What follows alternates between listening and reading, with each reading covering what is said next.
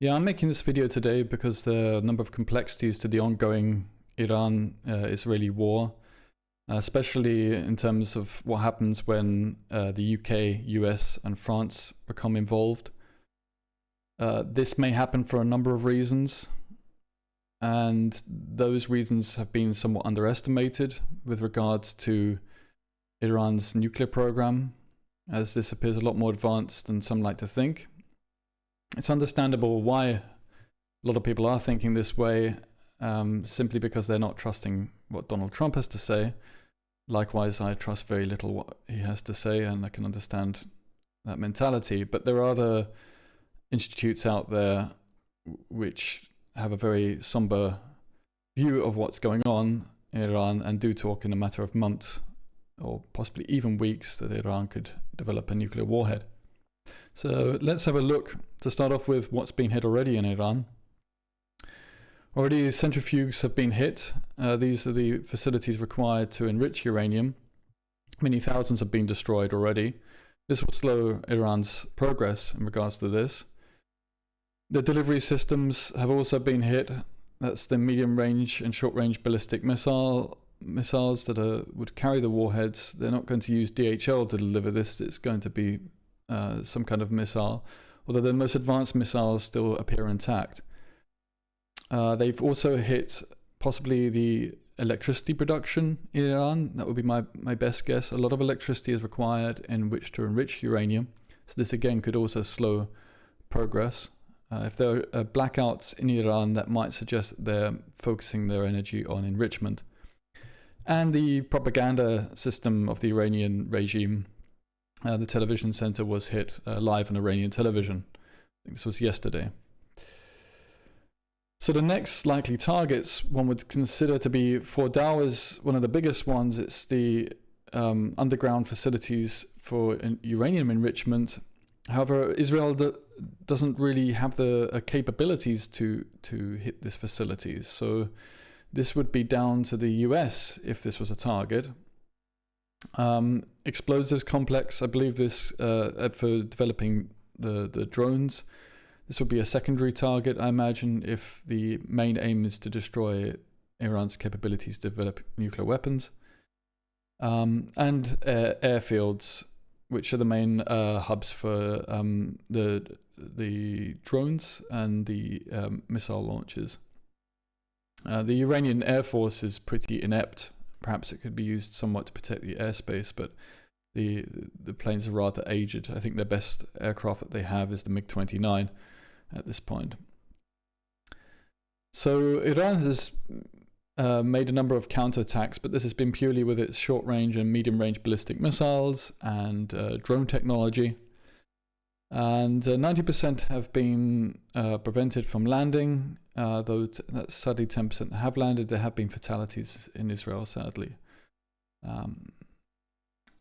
The assets remaining, there's quite a number of medium-range ballistic missiles, and in particular they have not used their most advanced medium-range ballistic missile, which is the most likely missile that they would use in order to deliver a nuclear warhead. So Iran has said if Western nations, France, the UK and the US are involved in this conflict, that they will strike back. So one can look at which bases of the US, UK and France are in range, and we can see that there are a number of possibilities here, although some are easier for them to hit than others, depending on which missiles that they use. And it's also a question of which bases would serve the Iranians' interest the most. And the most likely interesting one would be the bases that have the B-52s, although Diego Garcia isn't really within range of Iran's missiles unless they were to station them in Yemen with the Houthis, which is very unrealistic at this stage.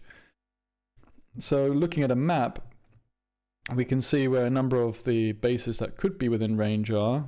A number are within Gulf states. This would be geopolitically difficult territory, pun intended. So the most likely ones would be the ones in Jordan and the ones in Iraq.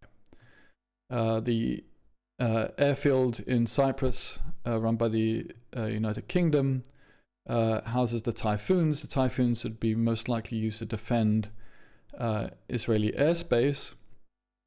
The UK is also bringing HMS Diamond into the Mediterranean. This could be used to fire cruise missiles at Iran. So it would be an interesting target, but as it's not a static target, it's unlikely that Iran will be able to hit a ship that's moving at sea. So perhaps their retaliation would be purely symbolic rather than tactical. But nevertheless, it's interesting to consider which bases Iran would try and hit. So we've seen a number of refueling tankers from the US come into the theatre in preparation. So we're looking very much at an air-based attack on Iran if that does take place. The question is who would be first to strike. Iran has said only if the Western nations defend Israeli airspace, for example. But there's another aspect to this, going back to the nuclear program. That is, Israel doesn't have the capabilities to completely stall the Iranian nuclear program. So let's have a look at the state of play with regards to Iran and its nuclear weapons program. It already has 60% enriched uranium, and the breakout potential for 9 to 10 warheads is a matter of weeks, according to the Institute for Science and International Security, and that was as of May, as of last month. So this may, pun intended, have been reduced or increased in terms of how long it would take them to enrich to the point in which they could have warheads. But the facilities underground near to Tehran remain, and the only way that they can be hit is with either tactical nukes, which I think is highly unlikely, and therefore we're left with these conventional warheads, which will most likely take B-52s. And we are seeing B-52s collect in the airfield in, is it Diego Garcia? Yeah, Diego Garcia. So there is intelligence suggesting that that is within the possibilities at this point in time. So it's very, very difficult to conclude what will happen at this point, simply because if the Western nations don't get involved, then they won't be struck by Iranian missiles.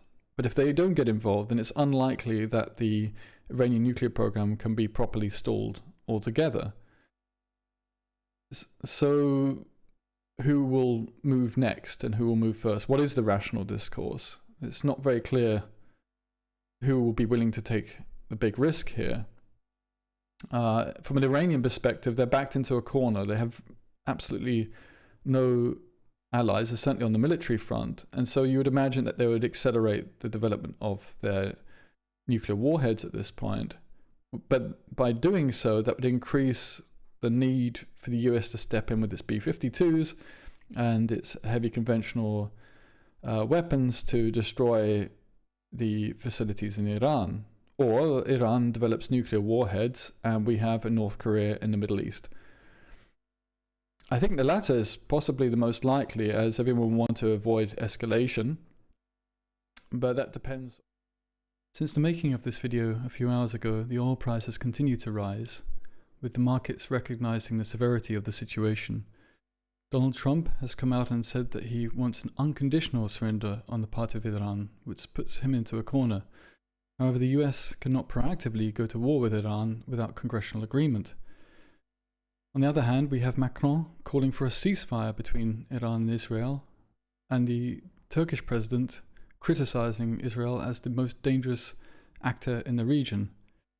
We will see in the forthcoming days and weeks how this will pan out and what manifests. In the meantime, this increased oil price puts pressure on Ukraine, because now Russia will gain greater revenue from its oil, which will support its war effort. This should also be taken into account. If you liked this analysis and would like to know more and see more, then please like and subscribe to the channel, and comment below if you have anything interesting to add. Thanks for watching.